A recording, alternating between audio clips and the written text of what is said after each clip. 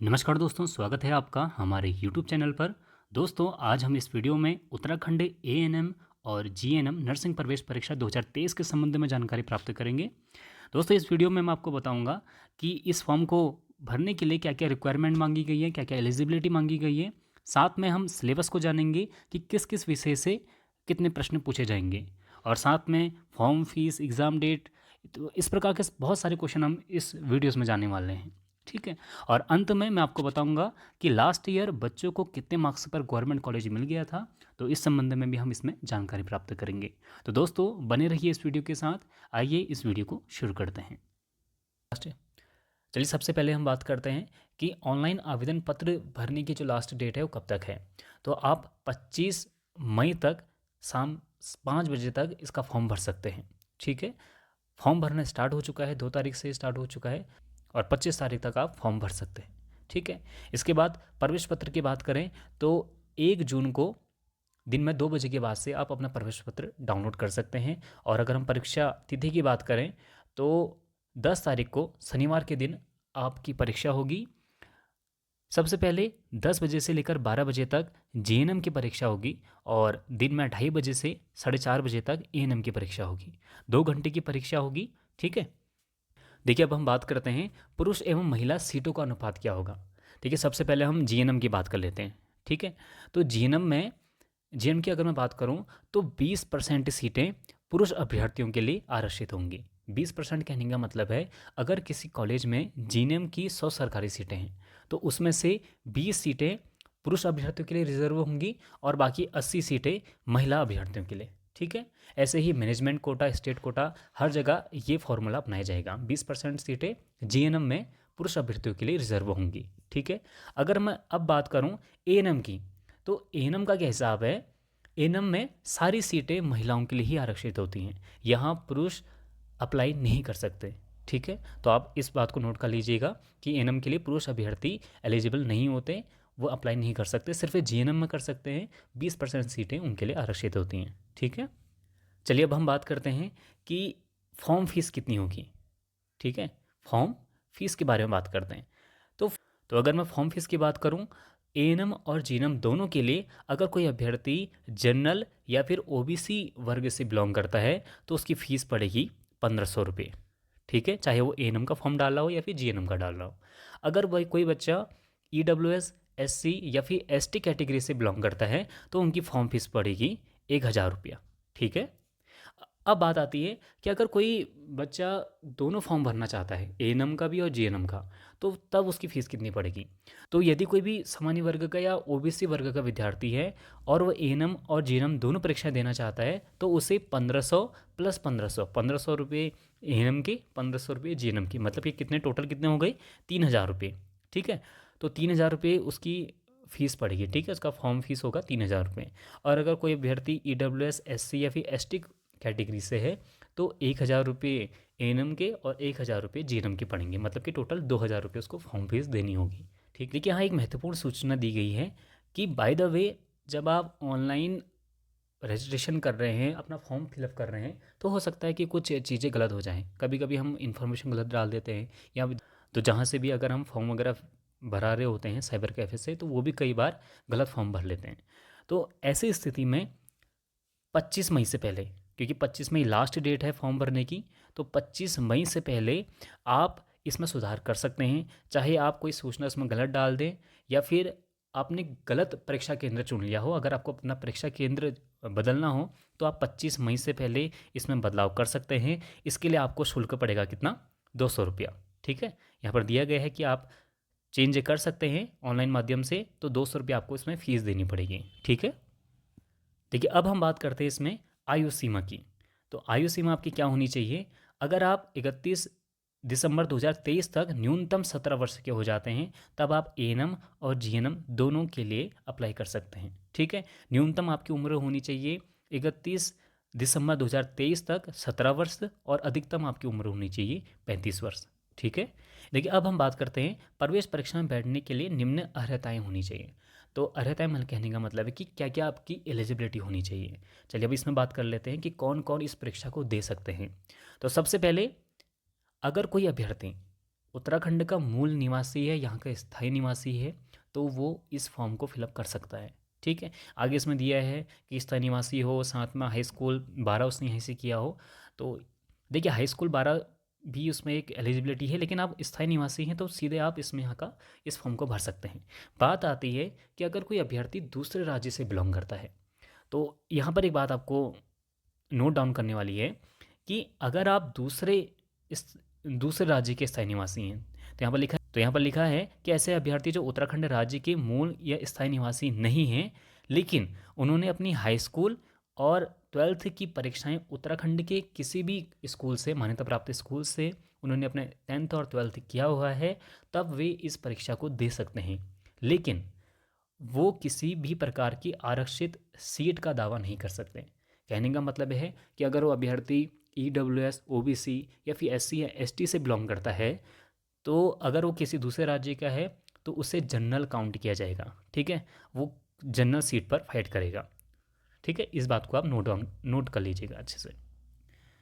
अगली बात आती है कि इसमें बहुत सारे बच्चे ऐसे होते हैं जो 12th पास आउट करके इस फॉर्म को भरते हैं।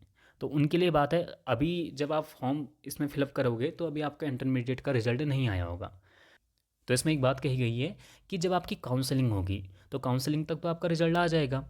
तो काउंसलिंग तक आपका रिजल्ट आ जाना चाहिए और आप उसमें पास होनी चाहिए। ठीक है, पास होने के लिए कितनी परसेंटेज उसमें चाहिए, अभी हम आगे इस पर बात करेंगे। ठीक है, देखिए अब हम बात करते हैं न्यूनतम शैक्षिक अर्हता की। तो सबसे पहले हम इसमें बात करते हैं A&M की।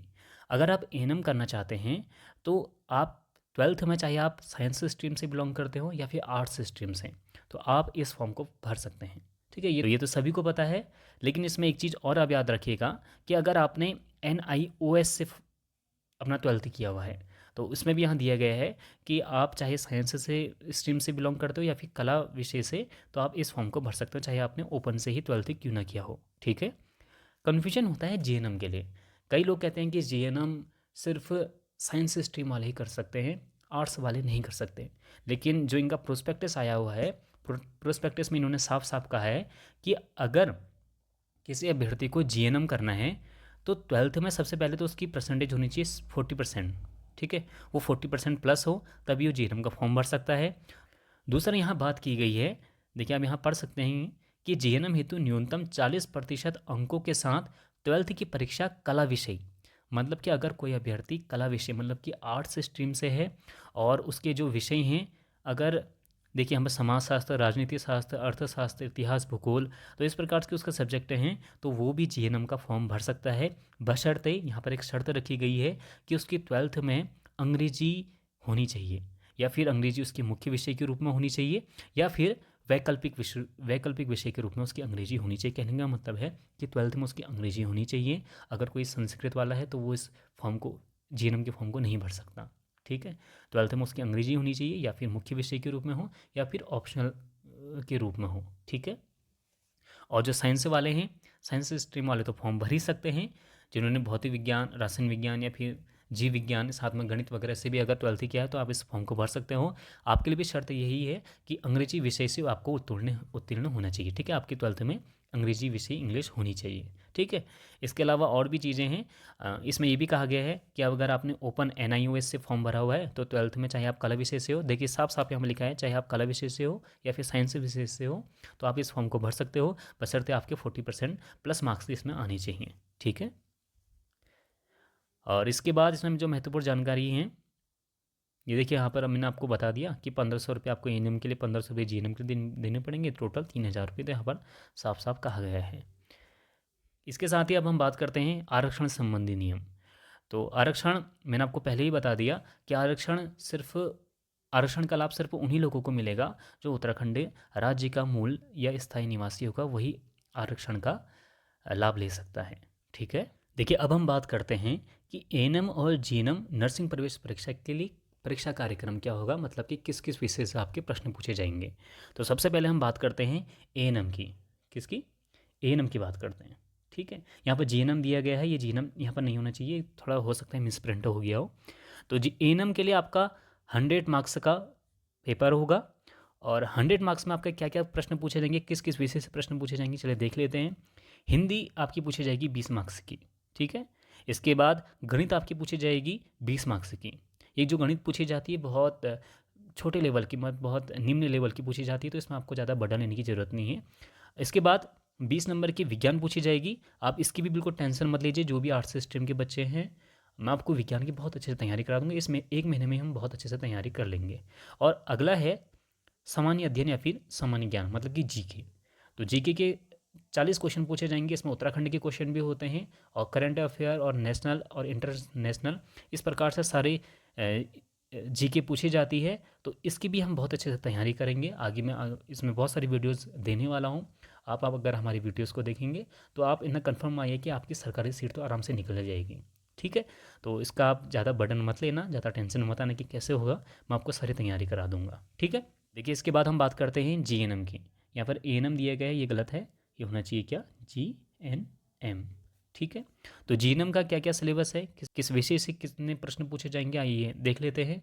तो इसमें 10 मार्क्स की आपकी हिंदी पूछी जाएगी और 10 मार्क्स की आपकी अंग्रेजी पूछी जाएगी। ठीक है, और जो बच्चे अधिकतर हिंदी मीडियम वाले ही बच्चे इस फॉर्म को भरते हैं, तो आप बिल्कुल टेंशन मत लीजिएगा। अगर आपको अंग्रेजी ठीक ठाक नहीं भी आती है तो कोई बात नहीं, बाकी जो इसमें अन्य विषय हैं उससे ही आप बहुत अच्छे नंबर गेन कर लोगे। ठीक है, इसके बाद इसमें प्रारंभिक गणित 20 मार्क्स की पूछी जाएगी, ये बताया गया है।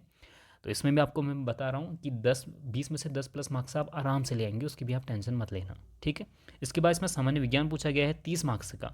ठीक है, और इसके बाद जीके वाला जो पोर्शन है ये भी 30 मार्क्स का पूछे जाएगा। ठीक है, इस प्रकार ये टोटल पेपर होगा 100 मार्क्स का।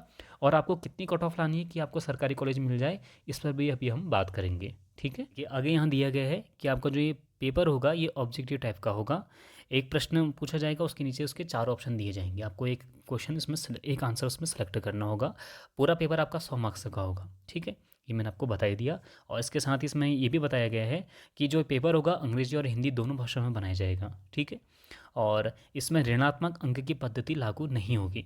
मतलब कि अगर बाय द वे कोई क्वेश्चन आपका गलत हो जाता है तो उसमें माइनस मार्किंग नहीं होगी, ये बहुत अच्छी बात है। इसमें आप क्या कर सकते हैं, थोड़ा अगर आपको किसी क्वेश्चन में कन्फ्यूजन है या आपको कोई क्वेश्चन नहीं आता तो उसमें आप तुक्के लगा सकते हैं। तो ऋणात्मक अंक पद्धति नहीं होगी, ये आपके लिए बहुत बेनिफिशियल है, बहुत अच्छा है। ठीक है, आगे इसमें दिया गया है, कई बार बच्चों का ये प्रश्न रहता है कि क्या परीक्षा की जो डेट है वो बदलेगी या नहीं बदलेगी, इस प्रकार से प्रश्न बहुत बच्चे पूछते हैं। तो यहाँ पर साफ साफ दिया गया है कि परीक्षा कार्यक्रम अपरिवर्तनीय है, चाहे उपयुक्त तिथि को सार्वजनिक अवकाश ही क्यों ना हो, तब भी परीक्षा ली जाएगी। इसका मतलब कि 10 जून को आपकी परीक्षा होगी ही। ठीक है, 10/6 को आपकी परीक्षा होगी, बहुत जरूर होगी। ठीक है, इसके बाद हम बात करते हैं परीक्षा केंद्र के बारे में। ठीक है, यहाँ 9 परीक्षा केंद्र बनाए गए हैं। ठीक है, तो जो भी आपके शहर के नज़दीक पड़ता है परीक्षा केंद्र, आप वहाँ से फॉर्म डालिएगा। जैसे अगर कोई बच्चा बागेश्वर से बिलोंग करता है तो वो अल्मोड़ा से अपना फॉर्म फिलअप कर सकता है, या फिर अगर उसके नज़दीक पिथौरागढ़, वैसे पिथौरागढ़ तो दूर है तो अल्मोड़ा से फॉर्म भर सकता है। ऐसे ही उत्तरकाशी, गोपेश्वर, नई टिहरी, श्रीनगर, देहरादून, जो भी आपके शहर के नज़दीक पड़ता है तो आप वहाँ से अपना परीक्षा फॉर्म भर सकते हैं। ठीक है, वहीं आपकी परीक्षा होगी। और अगर बाय द वे कुछ गलत हो जाता है तो आप 25 मई से पहले 200 रुपये देकर आप अपने परीक्षा केंद्र को चेंज भी कर सकते हैं। ठीक है, तो इसके बाद इसमें कुछ ऐसा महत्वपूर्ण है नहीं, जो भी महत्वपूर्ण जानकारी होंगी मैं समय समय पर आपको बता दूंगा। और इसके साथ ही एक बात और कहना चाहूँगा कि मैंने बीएड से संबंधित बहुत सारी वीडियोस यहाँ चैनल पर डाली हुई हैं, जो जीके से संबंधित, और इसमें लिखा होगा मैंने कि जो जीके और आर्ट्स से संबंधित वीडियोस हैं उन्हें आप ज़रूर देख लीजिएगा, क्योंकि उसी प्रकार के प्रश्न आपके भी पूछे जाते हैं। तो मैं उस जो हमारी प्लेलिस्ट मैंने बनाई हुई है जीके से संबंधित वाली, तो मैं उससे नीचे कमेंट बॉक्स में या डिस्क्रिप्शन बॉक्स में उसमें उसका लिंक दे दूंगा, तो आप उन वीडियोस को ज़रूर देख लीजिएगा, उससे आपको बहुत कुछ सीखने को मिलेगा। ठीक है, तो चलिए ये तो हो गई महत्वपूर्ण बातें कि क्या क्या इसकी एलिजिबिलिटी है, क्या क्या रिक्वायरमेंट है, सिलेबस क्या है, कहाँ कहाँ से प्रश्न पूछे जाएंगे। अब बात करते हैं कि पिछले साल बच्चों के कितने मार्क्स आए थे। ये भी बहुत महत्वपूर्ण होता है कि बच्चे आखिर कितने मार्क्स ला रहे हैं कि उन्हें गवर्नमेंट कॉलेज मिल रहा है। तो चलिए सबसे पहले हम बात करते हैं एएनएम की। देखिए ये मेरिट लिस्ट है एएनएम की, वर्ष 2022 की ही है। ठीक है, मेरिट लिस्ट है एएनएम की और वर्ष 2022 आप यहाँ देख पा रहे हैं। तो ये लिस्ट हम देख लेते हैं कि बच्चों के कितने मार्क्स हैं। तो 100 मार्क्स का मैंने आपको बताया कि पेपर होता है। तो इसमें जो कुमारी किरण थी, इन्होंने टॉप किया था, 74 मार्क्स इनके थे। तो अब आप सोचेंगे कि बच्चे तो इतने ज़्यादा 74 मार्क्स ला रहे हैं, क्या इसमें अब हमारा होगा।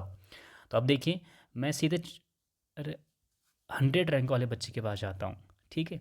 अब जिनके 100 रैंक है उनके कितने मार्क्स थे देखिए, यहाँ पर 100 रैंक आपको दिख रहा होगा, इनके मार्क्स थे 53 मार्क्स, ठीक है। तो इसका मतलब है कि अगर आप 50 मार्क्स भी ले आ रहे हैं तो इसमें आपको सरकारी कॉलेज मिल जाएगा। ये 50 मार्क्स से भी नहीं है, इससे कम में भी मिल जाता है आराम से। आपको 40 भी ले आते थे तो आपको तब भी A&M में आपका एडमिशन हो जाता है। अब आप लक्ष्य ही अपना 40 का मत रखिएगा, लक्ष्य कम से कम 60 से 70 के बीच का रखिएगा तो आपको गवर्नमेंट कॉलेज आराम से मिल जाएगा। लेकिन इतना है, देखिए कम से कम जहाँ तक मुझे पता है अभी कि 7 कॉलेज यहाँ सरकारी कॉलेज हैं A&M के, और एक कॉलेज में 50 सीटें होती हैं। तो अगर हम 350वीं रैंक देखें तो 350वें बच्चे के कितने मार्क्स थे देखिए। तो जिनके 350 मार्क्स आए थे उनके मार्क्स हैं 46 से। तो 46 मार्क्स में भी आपको A&M मिल जाता है। देखिए 100 में से आपके 46 मार्क्स आ रहे हैं, उसमें भी नेगेटिव मार्किंग नहीं है, तब भी आपको गवर्नमेंट कॉलेज मिल जा रहा है, ठीक है। इससे कम में भी मिला है, कई बच्चे अभी एडमिशन नहीं लेते हैं, काउंसलिंग नहीं कराते, तो कट ऑफ उसके बाद काउंसलिंग के बाद और नीचे गिर जाती है, ठीक है। ये तो है A&M की बात। अब बात करते हैं हम JNM की। JNM में कम सीटें होती हैं, तो JNM में कितनी जाती है कट ऑफ ये भी देख लीजिए। देखिए JNM की मेरिट लिस्ट है वर्ष 2022 की, तो जिन्होंने टॉप किया था उनके मार्क्स हैं 67 मार्क्स, ठीक है। अगर मैं टॉप 100 के वाले बच्चे के मार्क्स से देखूँ तो देखिए उनके कितने मार्क्स हैं कि उनके सरकारी कॉलेज मिल गया, तो उनके ना मार्क्स थे 49 मार्क्स। देखिए 49 मार्क्स में भी आपको सरकारी कॉलेज मिल रहा है, तो ये बहुत बड़ी बात है, ठीक है। तो आप अपना लक्ष्य मानिए, अगर आप 55 प्लस मार्क्स ले आते हैं JNM में तो आपको सरकारी कॉलेज आराम से मिल जाएगा, अगर आप जनरल कैटेगरी से बिलोंग करते हैं, ठीक है। अगर आप SC ST से बिलोंग करते हैं तो 5 मार्क्स आप कम कर लीजिएगा, ठीक है। ये तो अभी 2023 के बारे में बता रहा हूँ। और अगर आप A&M करना चाहते हैं तो 50 प्लस मार्क्स में अगर आप जनरल कैटेगरी से हैं तो आपको आराम से, बहुत आराम से आपको सरकारी कॉलेज मिल जाएगा, ठीक है। आप हमारी वीडियोस को देखिएगा, मैं आगे 1 महीने के अंदर आपको बहुत अच्छे से तैयारी करा दूंगा, तो आप उसकी टेंशन बिल्कुल मत लीजिएगा। आप हमारी वीडियोस के साथ बने रहिएगा, और उसके लिए आप हमारे चैनल को सब्सक्राइब कर लीजिएगा ताकि आपको समय पर आपको नोटिफिकेशन मिल जाए, ठीक है। तो दोस्तों आज के लिए बस इतना ही, अब मिलते हैं अगली वीडियो में। अब अगली वीडियोस में आपके जो भी डाउट होंगे आप मुझे कमेंट बॉक्स में बता दीजिएगा, और यहीं डिस्क्रिप्शन बॉक्स में और कमेंट बॉक्स में मैं टेलीग्राम ग्रुप का भी लिंक दे दूँगा, आप हमारे टेलीग्राम ग्रुप को भी ज्वाइन कर सकते हैं, तो लिंक नीचे में दे दूँगा, ठीक है। और कोई भी डाउट हो आप पूछ लीजिएगा, बेझिझक पूछिएगा, ठीक है। तो चलिए दोस्तों आज के लिए बस इतना ही, तो मिलते हैं अगली वीडियो में, आप बने रहिए हमारे साथ, तब तक के लिए नमस्कार।